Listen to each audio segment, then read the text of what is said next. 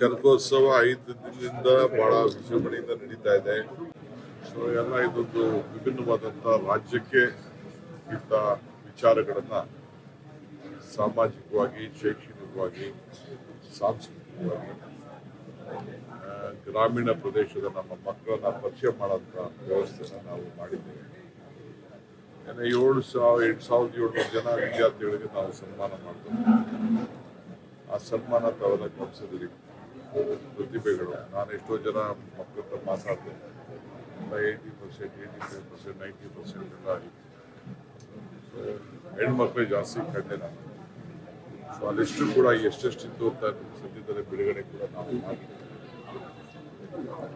So ನಾವು ಪ್ರೋತ್ಸಾಹ ಕೊಡಬೇಕು ಅಂತ ಇಂಥ ಕಾರ್ಯಕ್ರಮವನ್ನು ಮಾಡಿದ್ದೇವೆ.